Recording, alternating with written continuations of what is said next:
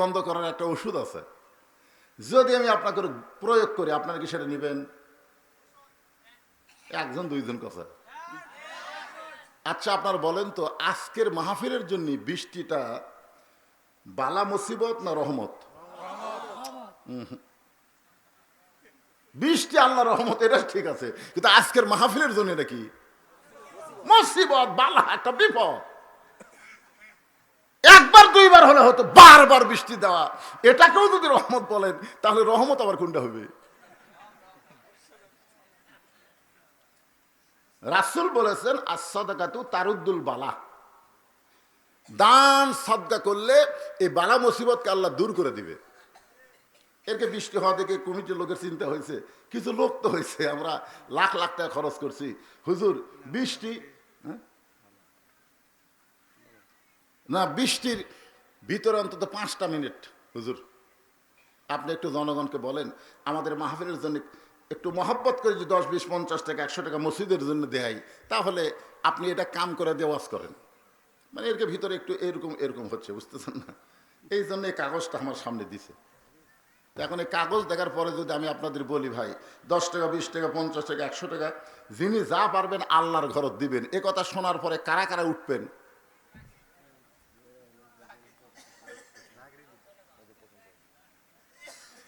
দিবেন তো ইনশাল্লাহ, যা পারেন, 10 হোক 20 হোক 50 হোক 100 হোক আপনারা দিবেন। আপনাদের কাছে যখন ব্যাগ যাবে, রুমাল যাবে, আপনারা আল্লাহর দিবেন তো, দিবেন না ভাই? as-সাদাকাতু তারুদ্দুল বালা। খালি আজকের মাহফিলের বৃষ্টি না, যত প্রকার বালা মুসিবত আছে দান সদকা করলে আল্লাহ সব দূর করে দেয়। এ মুরব্বী আগে লাভ দেও রে, এই সময় যাওয়া চলবে না তো। এ মুরব্বী উঠে আসতেছে ব্যাগ নেওয়ার জন্য না টাকা দেওয়ার জন্য? এই ছেলেরা, এই ব্যাগটা ঢোকো না কেন? আল্লাহ নবীর হাদিস সত্য, অন্তত 12টা পর্যন্ত এই যে তোমার বান্দারা কষ্ট করে মাহফিল আইছে, আবার জুলুমের মতন দান করতেছে, আল্লাহ তাআলা তুমি 12টা বন্ধ একটু বৃষ্টি বন্ধ করে দাও তো। আল্লাহ আল্লাহ পারে কি পারে না? জোরে করে পারে কি পারে না? আপনারা খুশি হয়ে আল্লাহ দেন। আল্লাহর ঘর দেওয়া মানে আল্লাহ সরাসরি দেওয়া। মসজিদ কার ঘর? 10 টাকা 20 টাকা 50 টাকা 100 টাকা যে যা পারবেন আল্লাহর রাস্তায় একটু দিবেন। আমার মা বোনদের মধ্যে মহিলারাই হয়তো আদায় করবে, আমার মা বোনেরা আল্লাহর রাস্তায় দান করবেন। মা এক টানা আওয়াজ হবে সূরা আসরের 4টা বিষয়, আর কোনো আদায় টাদায় হবে না। আপনারা একটু দেন, সবাই দেন, সবাই দেন, যার পকেটে আছে তার কাছে আমার দাবি আছে, দেন আল্লাহর রাস্তায় একটু দিয়ে দেন। একটু জিকির করেন আর দান করেন। লা ইলাহা ইল্লাল্লাহ, লা ইলাহা ইল্লাল্লাহ, লা ইলাহা ইল্লাল্লাহ, লা ইলাহা। কাগজ কলম নিয়ে কি বাকি নেবেন? বাকি যদি কেউ দেন আল্লাহর ঘরের জন্য, তাহলে কাগজ কলম নিয়ে বসে আছে, আপনার লিখে দেবার পারবেন, কিন্তু আমার ওয়াজ চলতেই থাকবে। বাকি আদায়ের সময় সময় দেওয়া যাবে না, আপনারা আপন ইচ্ছায় দিয়ে যাবেন। আর এই নগদ যেটা ব্যাগের মধ্যে জায়দা পারবেন দিবেন। আর মাহফিলের যারা সভাপতি অতিথি আছেন তারা তো এই ব্যাগের মধ্যে দিবেন না, তারা আমার হাতেই দিবেন ইনশাল্লাহ। আজকের মাহফিলের প্রধান অতিথিও আছে, সভাপতিও আছে, মাশাআল্লাহ। সভাপতিকে বিশেষ অতিথিরাও আছে, মাশাআল্লাহ। তা আপনারা একটু আল্লাহর ঘরের জন্য মাহফিলের জন্য আপনারা একটু খুশি খুশি দেন তো, এই সুযোগই শেষ হয়ে যাক, তারপরে এক টানা ওয়াজ হবে। সূরা আসরের ইমানের উপর কথা চলতেছে, এরপরে আমলের উপর কথা চলবে। নাম ধরে ধরে সময় নাই তো। আজকের মাহফিলের সম্মানিত সভাপতি মুক্তিযোদ্ধা সাহেব, যার বাড়িতে ছিলাম। আরে আমার হাদিয়া কে এখন বাড়া? আরে ও শুরু হয়নি, তাতে আবার খুশি। কি করি, কেবল টানো যাচ্ছি, আবার পুরপুর করে পড়তেছে। আল্লাহ কত কষ্ট করে তোমার বান্দা রেখে বসে আছে। আল্লাহ তুমি ইচ্ছা করলেই 12টা পর্যন্ত বৃষ্টি বন্ধ করে রাখতে পারো, পারে কি পারে না? শুধুমাত্র তোমার কোরআনের জন্য আল্লাহ, তোমার ঘরের জন্য তুমি একটু বৃষ্টি বন্ধ করে দাও। আল্লাহ তোমার পাগলগুলো আইছে, তারা একটু তোমার কোরআন থেকে সূরা আসরের তাফসীর শুনে এখান থেকে যাবে। আল্লাহ কবুল করো, জোরে কেন আমিন। সবাই বলে আল্লাহুম্মা আমিন। এই ব্যাগগুলো নিয়ে যাওয়ার সাইড মারে না, সবগুলা টেজর জমা দিও। সবাই একটু মহব্বতের জিকির করেন লা ইলাহা। 10,000 টাকা নগদ, 5,000 বাকি 5,000। বিশেষ অতিথি শাহিন সাহেব 10,000 টাকা, ধরে বলেন মারহাবা।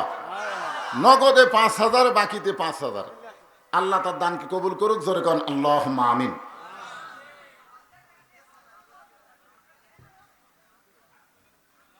কে রে ব্যাগ আলারা কুগি হইছে করে কে রে? আপনারা যারা ব্যাগ দিয়েছেন হিসাব করে দিচ্ছেন। 5 বিবি এলাকায় মাহফিল করতে গেলে 20টা ব্যাগের মধ্যে 4টা ব্যাগ আউট হয়ে যায়। মানে ছেলেবেলে এখন এই নিশায় আসক্ত হয়ে এমন নষ্ট হয়ে গেছে যে কোরআনের মাহফিলের ব্যাগ পর্যন্ত এরা গায়েব করে দেয়। আপনাদের এদিকে এটা নাই? মাশাআল্লাহ। বৃষ্টি না হলে অনেক লোক হতো এখানে, অনেক আসতো। হ্যাঁ, এখন আবার আলোচনা শুরু হচ্ছে, মনোযোগ দেন। ইল্লাল্লাযীনা আমানু ওয়া আমিলুস সলিহাতি ওয়া তাওয়াসাউ বিল হক ওয়া তাওয়াসাউ বিস সবর। বিষয় হলো 4টা, ধরে বলেন কয়টা? 1 নম্বর বিষয় হলো ঈমান। ঈমানকে ব্যাখ্যা করতে গিয়ে তাসদিক বিল জানান, কলিজার মধ্যে ঈমানের কথা বলতেছিলাম।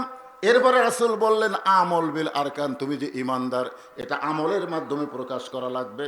সূরা আসরের 2 নম্বর বিষয় হলো আমিলুস সলিহা, নেক আমল করা লাগবে। আপনারা বলেন তো, ঈমান গ্রহণ করার পরে যত আমল আছে এর মধ্যে 1 নম্বর নেক আমলের নাম কি? খেয়াল করে শুনতেছেন না? ঈমান গ্রহণ করার পরে আল্লাহর বহু আমল আছে, কিন্তু এর মধ্যে 1 নম্বর নেক আমলের নাম কি? নামাজ। জোরে বলেন নাম কি? কেউ বলতেছেন সালাত, কেউ বলতেছেন নামাজ। যাই হোক, সালাত আর নামাজ একই জিনিস। তা আমরা যেটা বুঝি সেটাই বলবো, নামাজ। আপনার বলেন এখন, যে আমল না করলে ঈমানই থাকে না, সে আমলের নাম কি? নামাজ। লা সালাতা লা ঈমানা, যার নামাজ নাই তার ঈমান নাই। লা সালাতা লা দীনা, যার নামাজ নাই তার কোনো ধর্মই নাই। বাইনাল আবদি ওয়াল কুফরি তরকুস সালাত, বান্দার কাফেরের মধ্যে পৃথক করার জিনিসটার নামই হলো নামাজ। যারা নামাজ পড়বে তারা আল্লাহর বান্দা, আর যারা নামাজ পড়বে না তারা হলো কাফের। তাহলে আমি যেই বলবো বেনামাজি, আপনারা বলবেন কাফের। এটা আমার কথা না, আপনার কথা না, কথা হলো নবী বলেছেন। যেরকম কে বলেছেন? বুখারী শরীফের হাদিস, বেনামাজি বাইনাল আবদি ওয়াল কুফরি তরকুস সালাত। আপনারা কি হাদিস বিশ্বাস করেন? এই হাদিস অনুযায়ী রাসূল বলতেছেন যারা নামাজ পড়বে তারা আল্লাহর বান্দা, আর যারা নামাজ পড়বে না তার হলো কাফের। তাহলে আমি যেই বলবো বেনামাজি, আপনারা বলবেন কাফের। এই কথা বলতে আপনাদের কোন জায়গায় বাঁচতেছে? যদি মনে করেন হুজুর আমি তো মাগরিব এশার নামাজ পড়িনি, তাহলে আমি তো কাফের হয়ে গেলাম। আরে আপনি কাফের হলেও এই কথার সঙ্গে যদি একমত হন, ফজর থেকে আল্লাহ হয়তো আপনাকে নামাজের জন্য কবুল করতে পারে। জোরে কোন কথা ঠিক কিনা? এই জন্য হক কথা সত্য কথা বলার সময় মুখ বন্ধ করা যাবে। বেনামাজি আরো জোরে জোরসে বলুন। তোমার 2 কান্দে 2 মোহরি, লিখিতেছেন ডায়েরি, দলিল দেখে রায় দিবে, টাকা পয়সার নাই কারবার। কিরামান কাতিবিনা ইয়ালামুনা মা তাফআলুন। এদের সাদা গঞ্জি গাওদা ঘুরতেছে ভলান্টিয়ার, খোঁজলে দেখেন এদের মধ্যে অনেকে মাগরিব এশার নামাজ পড়েনি, কিন্তু কি মাহফিল করলা? বল মসজিদ উন্নয়নে। হুজুর, তো মসজিদের উন্নয়ন মানে কি? মসজিদের উন্নয়ন মানে মসজিদ টাইস করা, মসজিদ দোতলা করা, মসজিদ এসি করা, এগুলো মসজিদের উন্নয়ন নয়। মসজিদের উন্নয়ন হলো মুসল্লি কালেকশন। ধরে কর কথা ঠিক কিনা? মুসল্লি যদি না থাকে কিসের উন্নয়ন রে? ওয়া আমিলুস সলিহা, সূরা আসর 2 নম্বর বিষয় হলো নেক আমল করা। আর নেক আমলের মধ্যে 1 নম্বর আমলের নাম হলো নামাজ। অনেকে হয়তো বলবে হুজুর আমি হয়তো 5 ওয়াক্ত পড়ি না, তাই বলে কি জুম্মা পড়ি না? লা তাকনাতু মির রাহমাতিল্লাহ ইন্নাল্লাহা ইয়াগফিরুয যুনুবা জামিআ ইন্নাহু হুয়াল গাফুরুর রহিম।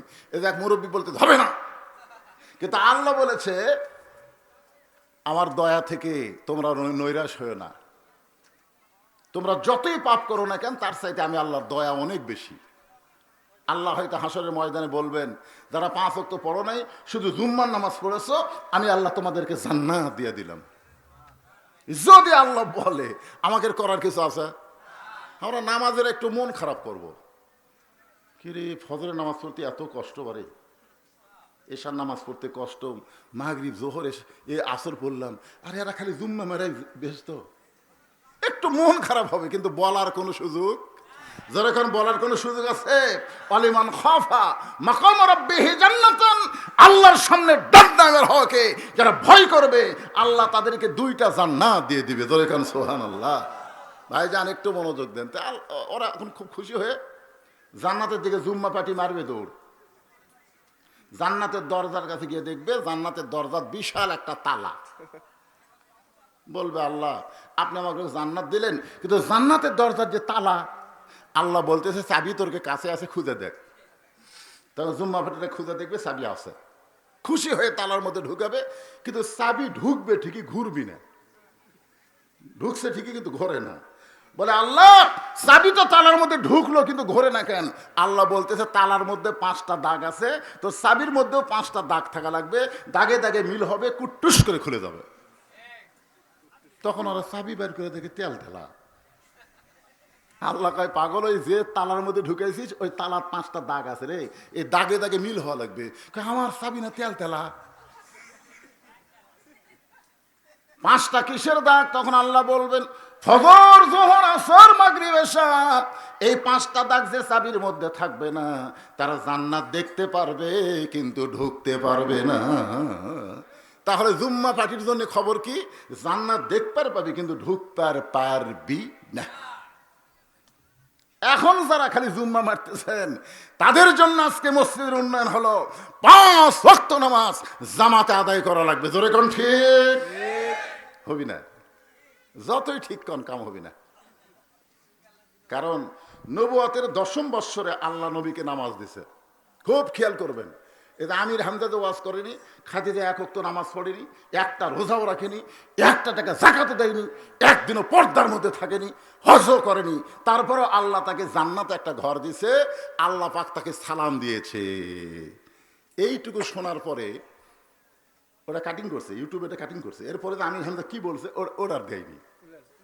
এইটুকুই শুনে হয় সর্বনাশ, খাদিজা সম্পর্কে এমন বাজে মন্তব্য করলো। আরে পাগলারা, খাদিজা যখন দুনিয়া থেকে বিদায় নিয়েছে, তখন নামাজও ফরজ হয়নি, রোজাও ফরজ হয়নি, জাকাতও ফরজ হয়নি, পর্দাও ফরজ হয়নি। এগুলো সব কিছু ফরজ হওয়ার আগে মা খাদিজা দুনিয়া থেকে বিদায় নিয়েছে। সুবহানাল্লাহ। তাহলে খুব খেয়াল করবেন, নবুয়তের 10ম বৎসরে আল্লাহ রাসূল যখন মেরাজ করলেন, ওই সময় আল্লাহ তাআলা নবীকে 5 ওয়াক্ত নামাজ দিল। এরপরেও নবী 3 বছর মক্কায় ছিলেন। 3 বছর কোথায় ছিলেন? আল্লাহ কোরআনে যে কয়টা আয়াত দিছে, কোন আয়াতে আপনারা খুঁজে পাবেন না ইকরাউস সালাত, নামাজ পড়ো, এ কথা কোনো জায়গাতে পাবেন না। প্রত্যেকটা জায়গায় আল্লাহ বলেছেন আকিমুস সালাত, নামাজ কায়েম করো। তাহলে চিন্তা করেন, নবী নামাজ পাইলো কায়েম করার জন্যে, কিন্তু মক্কা 3 বছর থাকলো।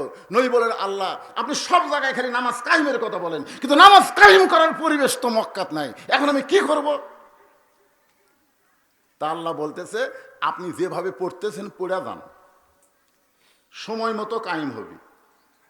সময় মতো, ধরেন কি মতো? তা আপনারা যেভাবে পড়তেছেন আপাতত পড়েই যান, বাদ দিয়েন না, কিন্তু সময় মতো। আল্লাযীনা ইম্মাক্কান্নাহুম ফিল আরদ আকামুস সালাত, যেদিন বাংলাদেশের সংসদে কোরআন যাবে, আল্লাহওয়ালা বান্দাকে ক্ষমতার চেয়ার দেওয়া হবে। ক্ষমতার চেয়ার পাওয়ার পরেই তার 1 নম্বর দায়িত্ব হলো নামাজের বিল সংসদে পাস করা। ধরে কোন কথা ঠিক কি না? সংসদ থেকে নামাজের বিল পাস না হওয়া পর্যন্ত আমার ওয়াজ দিয়ে মসজিদ ভরবি না। এই জন্য সব দেখা হলো শেষ। আগামীতে আমরা দেখব আসল জায়গায় কোরআন, কোরআনের বাংলাদেশ। যেরকম কথা ঠিক না বললেন, ঠিক না বললেন, অসুবিধা কি? আপনি ঠিক না বললেও কাম কিন্তু হয়ে যাচ্ছে। আগের দিন আমি একটা কথাই বলছি, আগের দিন বাগে খাচ্ছে, ওইটা ধান্দা করে থাকেন না। আগের দিন আর নাই, মানুষ এখন সজাগ হয়ে গেছে। যেরকম কথা ঠিক, একটু মনোযোগ দিয়ে শোনেন। যতই নামাজের আমি ওয়াজ করি না কেন, আপনারা নামাজ যারা পড়েন না তারা আদায় করতে পারবেন না, কিন্তু যারা নামাজ পড়েন আজকে ওয়াজের শোনার পরে আপনার মনটা আরো নামাজের প্রতি আগ্রহ বেশি বেশি হয়ে যাবে। এখন আপনাদের জন্য আমার কথা হলো, এই নামাজটা কিন্তু পাইকারি হারে মেয়ে মানুষের জন্য বলা হয়েছে, কিন্তু গুরুত্ব সবচাইতে বেশি হলো নামাজ পুরুষের জন্যে, আর নারীদের সবচাইতে গুরুত্বের নাম হলো পর্দা। আমার মায়েরা যারা চিল্লাচিল্লি করতেছেন একটু ভালো করে শোনেন। আপনি যে ওখানে কথা বলতেছেন মা, ওই কথা বক্তার কানত আসতেছে। মেয়ে মানুষের জোরে কথা বললো পর্দার খেলাপ, জোরে কোন কথা শিখে কথা মান না কেন, মেয়ে মানুষ জোরে কথা বললো পরপুরুষ শুনতে ভালো, এটা কি হলো? পর্দার ভিতরে থাকলো না খেলাপ হয়ে গেল? আমি টাঙ্গাইলে ওয়াজ করছিলাম, মেয়ে মানুষ জোরে কথা বললে পর্দার খেলাপ হয়, তাই মায়েরা জোরে কথা বলবেন না, পুরুষ মানুষ যেন শুনবার না পায়।